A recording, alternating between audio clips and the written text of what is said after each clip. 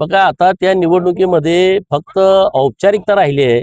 आता ही फक्त निवडणुकीची तारीख होणं आणि मतदान होणं. आता ते अपक्ष म्हणजे काही प्रभाव आहे अशी काही लोक निवडणुकीत त्यांच्या विरोधात नाहीत.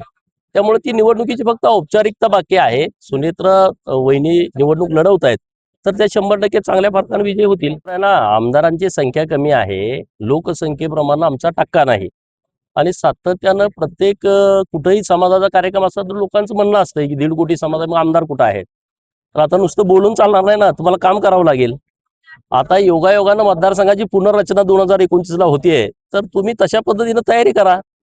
ज्यांना आमदार व्हायचं आहे, ज्यांना अ, या सगळ्या राजकीय क्षेत्रामध्ये काम करायचं आहे, तर त्यांना रचनात्मकच काम करावं लागेल ना.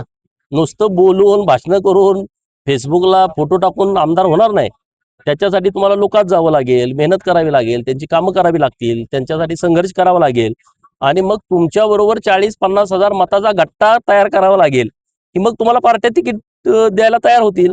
हे मी त्यांना सांगितलं. ह्यात काय नवीन काय अशातला भाग नाही. मला सकाळी नाशिकमध्ये आपले पत्रकार मित्र या विषयावरती बोलले. आता मला या विषयाची माहिती नाही, परंतु जर पत्र दिलं असेल तर पोलीस त्याची तपासणी करतील ना. कोणी निनावी पत्र दिलंय, नावानं दिलंय, नंबर टाकून दिलंय, हे आता पोलीस तपास त्या सगळ्या विषयामध्ये करतील. एबीपी माझा, उघडा डोळे बघा नीट.